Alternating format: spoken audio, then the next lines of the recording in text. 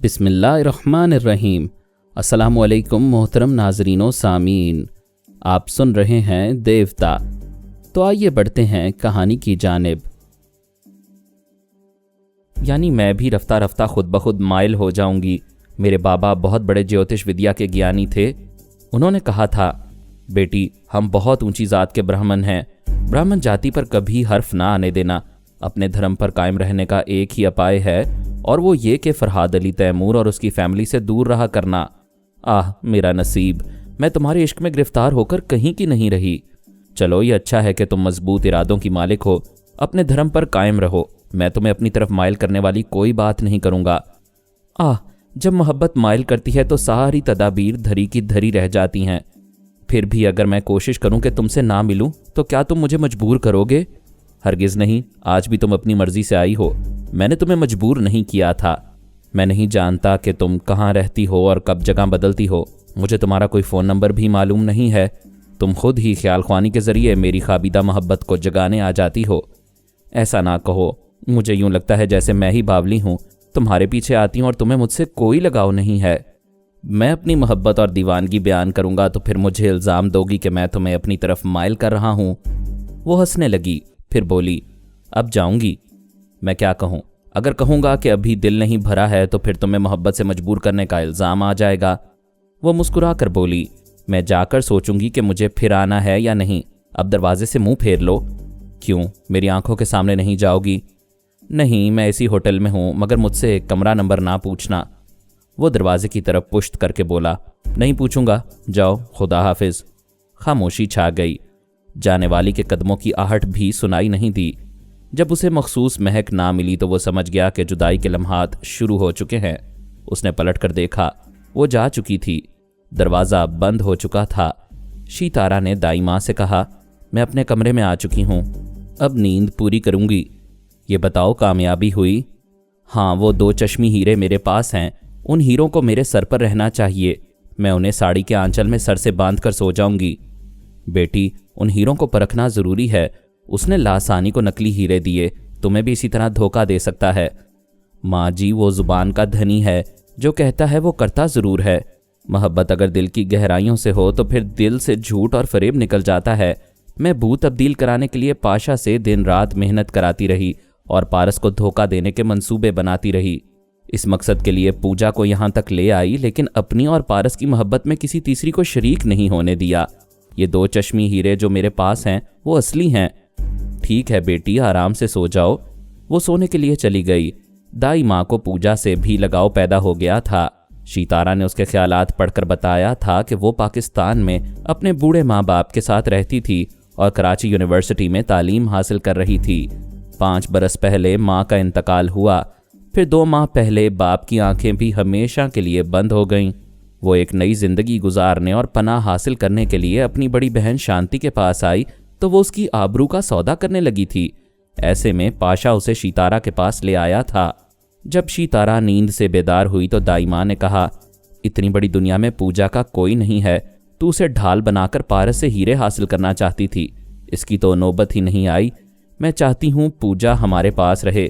तू हर मुल्क में अपनी डमी बनाकर रखती है, अपने घर में भी इसे डमी बनाकर रख ले। इसे अच्छी तरह ट्रेनिंग दे, ये तेरा रोल अच्छी तरह अदा करेगी। अगर कभी तेरे दुश्मन हमारी रिहाइशगाह तक पहुंच जाएं तो इसे शीतारा समझकर ट्रैप करेंगे और तुझे पूजा समझकर नज़रअंदाज कर देंगे। माँ जी तुम बहुत अच्छे मशवरे देती हो, मैं यही करूँगी। पूजा को मुकम्मल शीतारा बना दूंगी। हम दिल्ली से रिटर्न टिकट लेकर आए हैं, हमें 1 घंटे में एयरपोर्ट पहुँचना चाहिए। हाँ पहुँचना चाहिए तो मगर क्या वापस जाने का इरादा नहीं है? हाँ जाऊंगी, मगर उसकी मुलाकात से दिल नहीं भरा है। अब ये तेरी नादानी होगी। तू अब मुस्तकिल रूपोशी के बायस महफूज है। पारस के सिवा कोई तुझ तक पहुंच नहीं पाया। उसने भी अब तक तेरी असली सूरत नहीं देखी है, ना असल आवाज़ और लहजे को सुना है। एक बार इस्लामाबाद में तेरी रूपोशी नाकाम रही तो तुझे आदिल से नुकसान पहुंचा था। अब पारस के साथ दूसरी रात भी रहना चाहेगी तो बाद में पछताएगी। वो बड़ी देर तक चुप रही। दाई माँ ने कहा, मैं समझ रही हूँ जज्बात बावले हो रहे हों तो बूढ़ी नसीहतें असर नहीं करती। तू नहीं मानेगी। मुझे पारस के साए में ऐसा लगता है जैसे तमाम आफात से महफूज हो गई हूँ। मुझे कुछ नहीं होगा माँ जी, तुम पूजा के साथ दिल्ली चली जाओ, मैं कल आ जाऊंगी। उसके हवास पर पारस छाया हुआ था। वो पिछली रात से सारी दुनिया को भूली हुई थी। अपनी तमाम मसरूफियात को पसे पुश्त डाल दिया था। चूंकि दाई माँ के साथ एक ही होटल में थी, इसलिए ख्याल ख्वानी के ज़रिए दाई माँ को अपनी खैरियत से आगाह कर देती थी, वरना दूसरे तमाम मामलात में ख्याल ख्वानी नहीं कर रही थी। हत्ता के वक्ती तौर पर पाशा को भी भुला दिया था। पाशा उससे कुछ बदजन हो गया था। दिन रात की मेहनत और कामयाब तजर्बा करने का सिला उसे मिलना चाहिए था, लेकिन शितारा ने उसकी मेहनत और कामयाब तजर्बे की कदर नहीं की थी। वादे के मुताबिक पूजा को उसके हवाले नहीं किया था। ऐसे में वफादार गुलाम बागी हो जाया करते हैं। अगर वो तनवीमी अमल के असर में ना रहता तो कब का बागी हो चुका होता। बगावत ना करने का मतलब ये नहीं होता कि आदमी बुज़दिल है या उसके अंदर कोई जज्बा नहीं है। पाशा के अंदर जज्बात भड़क रहे थे। वो पूजा को हासिल करने के लिए कुछ कर गुजरना चाहता था। शितारा की वादा खिलाफी के खिलाफ अपने गमो गुस्से का इजहार करना चाहता था। बस एक ही रुकावट थी, उसके आगे तनवीमी अमल की दीवार खड़ी थी। शितारा जब बंबई चली गई तो पाशा ने सोचा, चार दीवारी से निकलकर तफरीह के लिए जाना चाहिए। इजाज़त हासिल करने के लिए कभी शितारा नहीं होती थी तो फ़ोन के ज़रिए कोई दूसरी औरत बात करती थी। वो दरअसल दाई माँ होती थी। उसने बाहर जाने के लिए फ़ोन किया तो कोई जवाब ना मिला। अचानक उसके दिमाग में बात आई कि फ़ोन नंबर के ज़रिए कोठी का पता मालूम करना चाहिए। वो सोचने लगा, फिर टेलीफोन डायरेक्टरी खोलकर नंबर तलाश करने लगा। नंबर के पहले 2 अदद 6 और 4 थे। दिल्ली के मुख्तलिफ इलाकों के मुख्तलिफ 2 इब्तदाई मखसूस नंबर होते थे। उनके मुताबिक वर्क गर्दानी करते वो टेलीफोन नंबर मिल गया जिस पर वो शितारा और दाई माँ से राबता किया करता था। डायरेक्टरी में जो पता लिखा हुआ था उसे पढ़कर वो हैरान रह गया, क्योंकि वो तो उसी कोठी का पता था जिसकी एनेक्सी में वो रहता आ रहा था। अब उसे पता चला कि शितारा इतने अरसे से दूसरी औरत के रूप में उसके करीब ही रहती थी। वो एनेक्सी से बाहर आ गया। उस कोठी के चारों तरफ घूम कर देखा। उसके तमाम दरवाजे मुकफ्फल थे, खिड़कियां अंदर से बंद थीं। उसने एक खिड़की के शीशे को तोड़ दिया। रात के सन्नाटे में वो आवाज़ दूर तक गई। कोठी के नाइट चौकीदार ने ललकारते हुए पूछा, कौन है उधर, कौन है? पाशा एक दीवार की आड़ में चला गया। चौकीदार हमला करने के अंदाज में लाठी उठाए आ रहा था। जब वो करीब से गुजरा तो पाशा ने उसे दबोच लिया।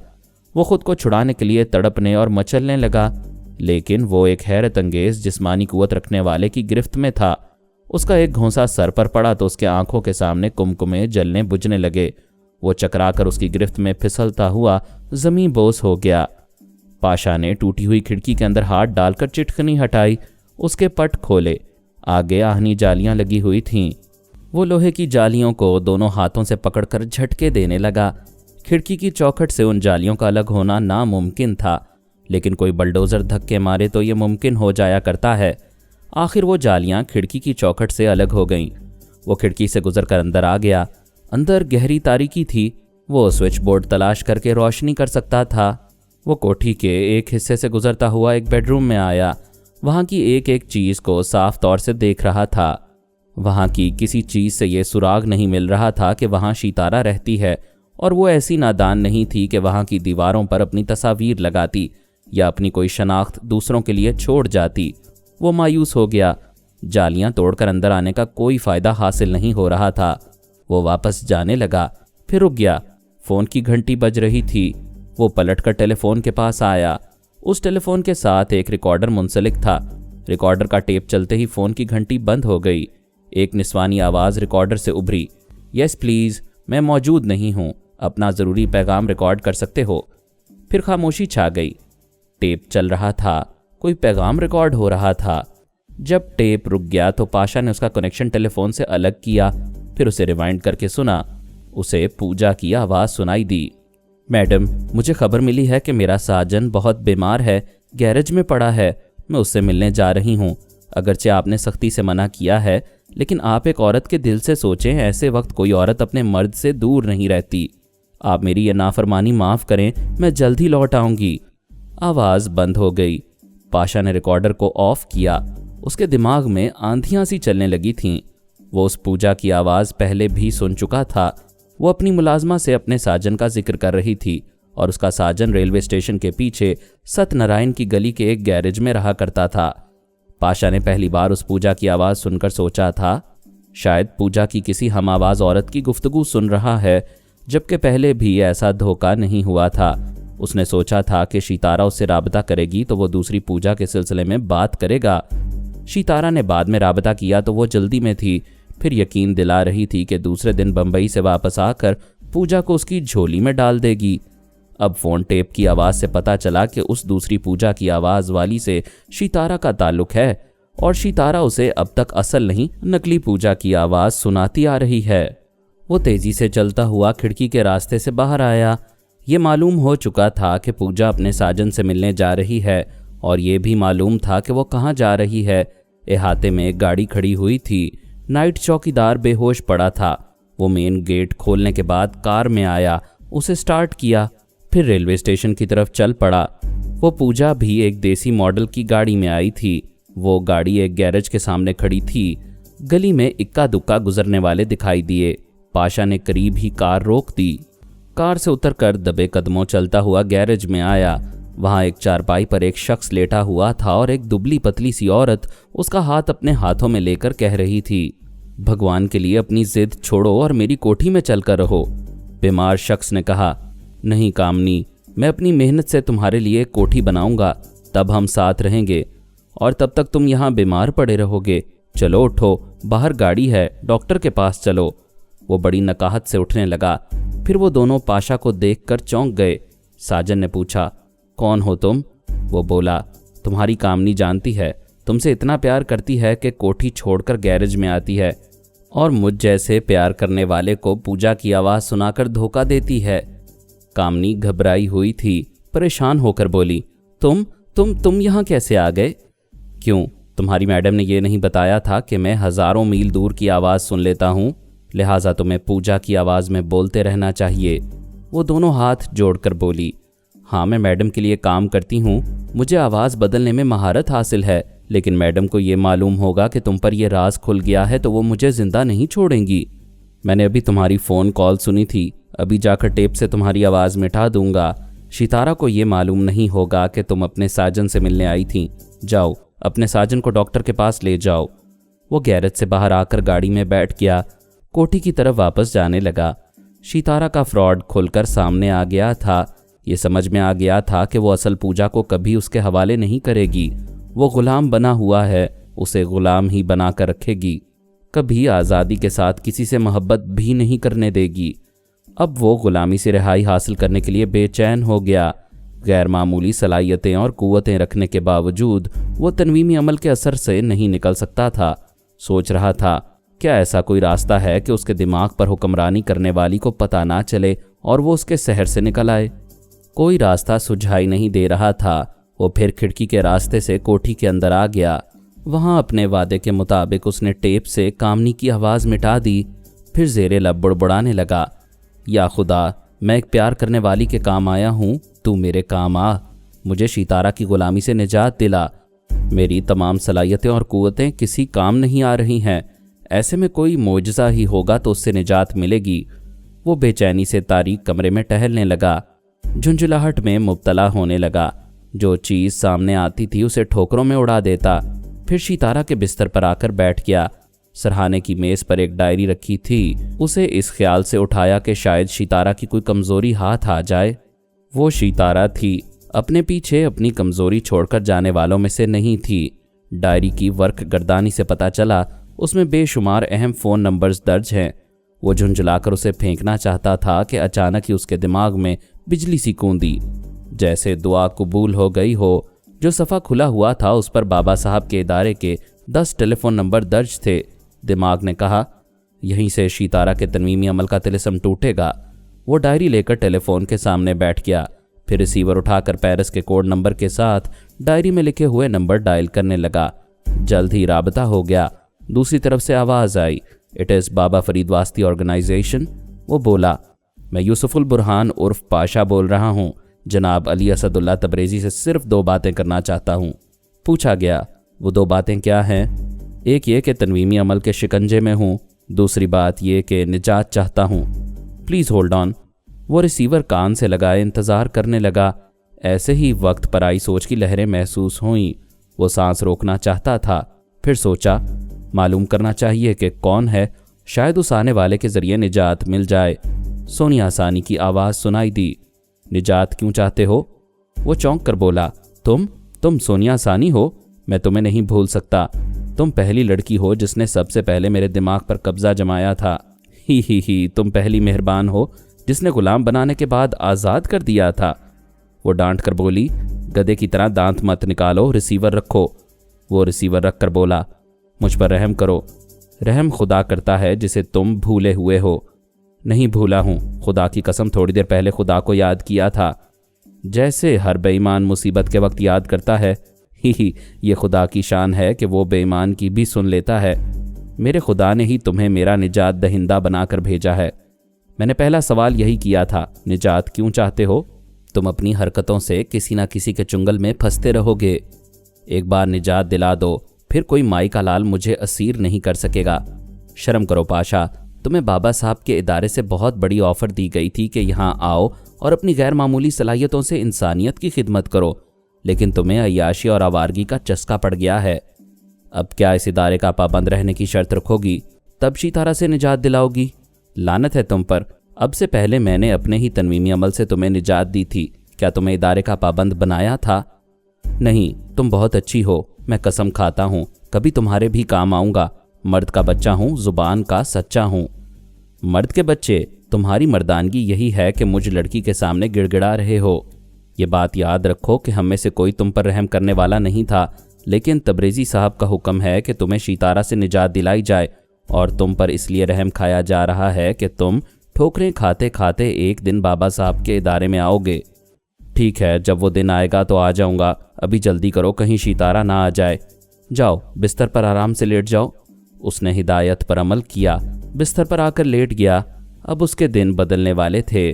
उधर शितारा ने सोचा, दाई माँ और पूजा दिल्ली जाने के लिए तैयारे में सवार हो जाएंगी तो वो पारस से राबता करेगी और खुशखबरी सुनाएगी कि वो फिर उसके कमरे में आने वाली है। अभी वो दाई माँ के पास थी और दाई माँ अपना और पूजा का सामान ट्रॉली में रखे चेकिंग और बोर्डिंग कार्ड्स के लिए अंदर जाने वाली थीं। तभी पारस को देखकर ठिठक गई। उसने शितारा के पास पारस की तस्वीर देखी थी, इसलिए उसे पहचान गई, लेकिन पारस ने कभी दाई माँ को नहीं देखा था।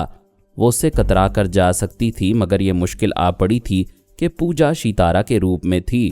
अगर उसकी हमशक्ल ना होती तब भी पारस उसकी मखसूस महक से उसे शितारा ही समझता। वो पूजा के सामने आकर बोला, हेलो तारा, देखो कैसा हसीन इत्तफाक है। मैं यहाँ अपनी सीट कंफर्म कराने आया था। सीट तो ना मिली, तुम मिल गई।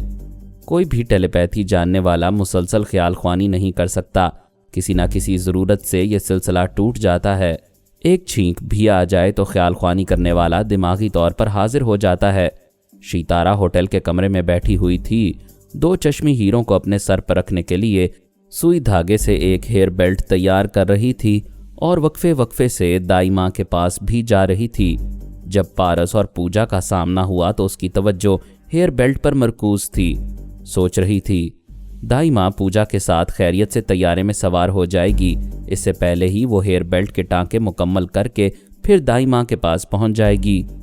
पारस के सिलसिले में पूजा को कोई ट्रेनिंग नहीं दी गई थी। शितारा का ख्याल था कि वो पूजा के दिमाग में रहेगी और वो पारस से तन्हाई में मिलेगी तो पूजा बिल्कुल शितारा की तरह बोलेगी और अदाएं दिखाएगी, और जब तक वो नहीं चाहेगी पूजा पारस के सामने से नहीं जा सकेगी। वो चाहती या ना चाहती, मगर तकदीर तो यही चाहती थी। ये तकदीर पूजा को पारस के रूबरू ले आई। जब उसने उसे तारा कहकर मुखातिब किया तो वो ज़रा परेशान हुई। उसने दाई माँ को देखा। दाई माँ सोच के ज़रिए शितारा को पुकार रही थी। पारस ने हैरानी से पूछा, क्या बात है तारा, क्या तुम मुझे यहाँ देखकर परेशान हो गई हो?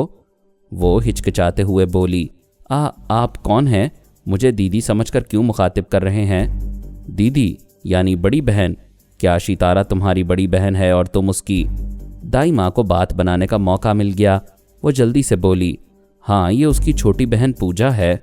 पारस ने कहा, और आप शायद दाई माँ हैं? हाँ बेटे, मैं तुम्हें पहचानती हूँ। और वो शितारा कहाँ है? वो यहीं है, तुमसे मिलने होटल गई होगी और तुम यहाँ हो। मगर उसने तो कहा था कि यह शहर छोड़कर मुझे छोड़कर जा रही है। वो बावली है, उसने इरादा बदल दिया है। ये तो बड़ी खुशी की बात है। आप भी इरादा बदल दें, मैं आपको और पूजा को नहीं जाने दूंगा। ये क्या कह रहे हो? हमारा जाना ज़रूरी है। कोई ज़रूरी नहीं है।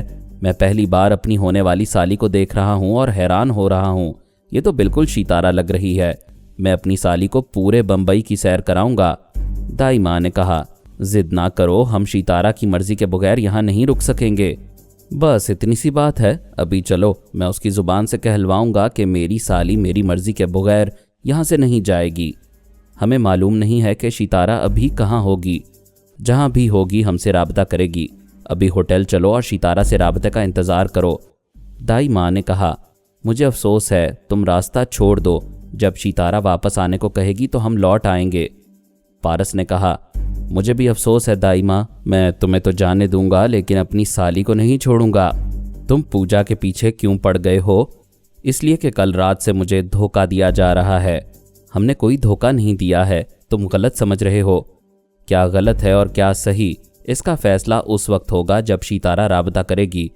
दाई माँ ने उसे सोचती हुई नज़रों से देखा, फिर कहा, अच्छा तुम यहाँ पूजा के पास ठहरो, मैं अभी फ़ोन पर उससे बात करती हूँ। वो एयरपोर्ट के पीसीओ में आई, वहाँ से होटल के नंबर डायल किए। राबता होने पर शितारा के कमरे का नंबर बताया, फिर शितारा की आवाज़ सुनाई दी। दाई माँ ने कहा, वहाँ क्या कर रही हो? यहाँ पारस से हमारा सामना हो गया है। वो रिसीवर रखकर दाई माँ के पास आई। पारस से सामना होने के सिलसिले में सारी बातें मालूम की। फिर कहा, चलो मैं उसकी गलतफहमी दूर कर दूंगी। फिर वो पारस के पास आकर बोली, हेलो, मैं आ गई हूँ। ये तुम पूजा और दाई माँ को जाने से क्यों रोक रहे हो? मेरे अंदर रहकर ना बोलो, पूजा की ज़ुबान से बातें करो। दूसरे ही लम्हे पूजा मुस्कुराई, फिर बोली, मैं हूँ तुम्हारी शितारा, लेकिन ये बदन पूजा का है, इसे जाने दो। वो बोला, जल्दी क्या है, पहले ये तो मालूम हो कि पिछली रात कौन सा बदन मेरे पहलू में था। पूजा ने कहा, पारस मैं तुम्हारे पास थी। यानी पूजा थी? नहीं, ये पूजा नहीं कह रही है, मैं शितारा कह रही हूँ कि मैं तुम्हारे पास थी। मैं साबित कर दूंगा कि तुम झूठ बोल रही हो। कैसे साबित करोगे जबकि मैं सच बोल रही हूँ? देखो शितारा, तुम अच्छी तरह जानती हो कि मैं तुम्हारी मखसूस बू से तुम्हें पहचानता हूँ, और अभी ये बू मुझे इसके बदन से मिल रही है जिसे पूजा कहा जा रहा है। एक ही बू रखने वाले दो इंसान नहीं होते। जिस तरह अल्लाह ताला ने शक्लें अलग अलग बनाई हैं, इसी तरह बू अलग अलग रखी है। अगर इत्तफाक से दो हम शक्ल हों तो उन दोनों की बू ज़रूर मुख्तलिफ होती है। उसने पूजा की ज़ुबान से पूछा, क्या तुम ये कहना चाहते हो कि मैं शितारा हूँ? हाँ, तुम पूजा के रूप में मुझसे छुप कर जा रही हो। मुझे तुम्हारे छुप कर जाने पर एतराज़ नहीं है। मैंने तो आज सुबह ही तुम्हें अपने कमरे से अलविदा कह दिया था। तुम गलत समझ रहे हो। होटल में आओ, मैं तुम्हें कमरे में मिलूंगी। यानी तुम्हारे बदन की भी यही बू होगी? हाँ, अगरचे यह नाकाबिले यकीन बात है, लेकिन इल्मुल अब्दान के माहिर मेरे ताबेदार पाशा ने यह कमाल कर दिखाया है, मेरी बू पूजा में मुंतकिल कर दी है। अच्छा, अब तुम्हारा गेम समझ में आया। तुमने पूजा के बदन में अपनी बू मुंतकिल कराई, उसे अपना हम शक्ल बनाया और कल रात उसे मेरे पास भेज दिया और मैं धोखा खा गया। तुम्हें शितारा समझकर वो हीरे पूजा के हवाले किए, बाद में तुमने वो हीरे पूजा से ले लिए। पारस, मेरी यही प्लानिंग थी, लेकिन मैंने ऐसा नहीं किया। मैंने धोखा नहीं दिया, कल मैं ही तुम्हारे पास थी। बकवास मत करो। क्या तुमने घर में सजाने के लिए डमी बनाई थी? बू तब्दील करने के सिलसिले में पता नहीं तुमने पाशा के साथ कितनी मेहनत की है, कितनी रकम खर्च की है, कितने हफ्ते और महीने लगाए हैं, उसके बाद ये कामयाबी हासिल की है। उसे दिल्ली से बम्बई के होटल में मेरे पास पहुंचाया और अब भेद खुलने के बाद इनकार कर रही हो। क्या मैं इतना अहमक हूं कि तुम्हारे फ्रॉड को खुले सबूत के बावजूद नहीं समझूंगा? कभी कभी ठोस सबूत भी झूठ साबित होते हैं। तुम पूजा और दाई माँ के साथ होटल में आओ, मैं साबित कर दूंगी कि तुम जो समझ रहे हो वो गलत है और जो नहीं समझ रहे हो वही दुरुस्त है। अच्छी बात है, मैं आ रहा हूँ। वो पूजा और दाई माँ के साथ कमरे में आया। उसके 1 मिनट के बाद ही शितारा आ गई। पारस कभी उसे और कभी पूजा को देखने लगा। दोनों की सूरतें एक थीं और बदन की महक भी एक थी। वो बोली, मैं कल से तुम्हारे साथ वाले कमरे में हूँ। अब पूजा और दाई माँ को मेरे कमरे में जाने दो, फिर बातें होंगी। वो दोनों चली गईं। शितारा ने दरवाजे को अंदर से बंद किया, फिर पारस के पास आकर बोली, मैं अपनी डमी को इसी वक्त किसी के सामने पेश करती हूँ जब उससे खतरा होता है या उस शख्स पर भरोसा नहीं होता। मैं तो कल भी पूरे भरोसे के साथ इस कमरे में थी, अब भी हूँ। सीधी सी बात है कि मैं तुम्हारे पास किसी डमी को बर्दाश्त नहीं कर सकती। कल मैंने यही चाहा था, लेकिन मेरे अंदर की औरत राजी ना हुई और मैं तुम्हारे पास चली आई। पारस ने उसे अपने बाजुओं में छुपा लिया। वो बोली, कितने गर्म हो रहे थे, अब कैसी मोहब्बत जता रहे हो? क्या फ़ोन करके बोलूं कि कमरा नंबर 420 के गर्म मुसाफिर को ठंडा करने के लिए बर्फ़ ले आएं? वो हंसते हुए बोला, ठंडा करने के लिए तुम ही काफ़ी हो। बाय द वे, मेरी जगह कोई भी होता तो यही शुबा करता कि तुमने डमी के ज़रिए फ्रॉड किया है। मैं तुम्हारे खिलाफ बहुत सोचती हूँ, लेकिन तुम्हारे खिलाफ कुछ करने से पहले ही मोहब्बत से हार जाती हूँ। हाँ, मैं तुम्हारी मोहब्बत देख रहा हूँ। आज तुम मुझे छोड़कर जा रही थी और शाम होते होते वापस आ गई हो। फ़ोन की घंटी बजने लगी। पारस ने फ़ोन के पास आकर रिसीवर उठाया, फिर पूछा, हेलो, कौन है? एक गुर्राहट सुनाई दी, रिसीवर सितारा को दो। पारस ने माउथ पीस पर हाथ रखकर कहा, कोई जानवर की तरह गुर्राते हुए कह रहा है कि रिसीवर तुम्हें दूं। वो रिसीवर लेकर बोली, हेलो, कौन है? तुम्हारा बाप, जिसे तुमने गुलाम बनाया था, अब आज़ाद हो गया है। पाशा, क्या तुम्हारी शामत आई है? ये कहते ही उसने ख्याल ख्वानी की परवाज़ की। उसके दिमाग में पहुंची, फिर वापस आ गई। उसने सांस रोक ली थी। वो हैरानी से बोली, मुझे यकीन नहीं आ रहा है, तुम मेरे खिलाफ कैसे हो गए? मुझे पिछली रात ही निजात मिल गई थी। सुबह बेदार होने के बाद मैं वक्फे वक्फे से तुम्हारी बातें सुन रहा हूँ। एक बार मालूम हुआ कि तुम होटल ताज महल में हो। अभी तुम कह रही थी कि कमरा नंबर 420 में उसके लिए बर्फ़ मंगाई जाए। इस तरह मैं तुमसे राब्ता करने में कामयाब हो गया। मेरी गिरफ्त से आज़ाद होने के बाद क्या चाहते हो, दोस्ती या दुश्मनी? ये तुम्हारी सवाबदीद पर है। दोस्ती चाहती हो तो पूजा को मेरे हवाले करो।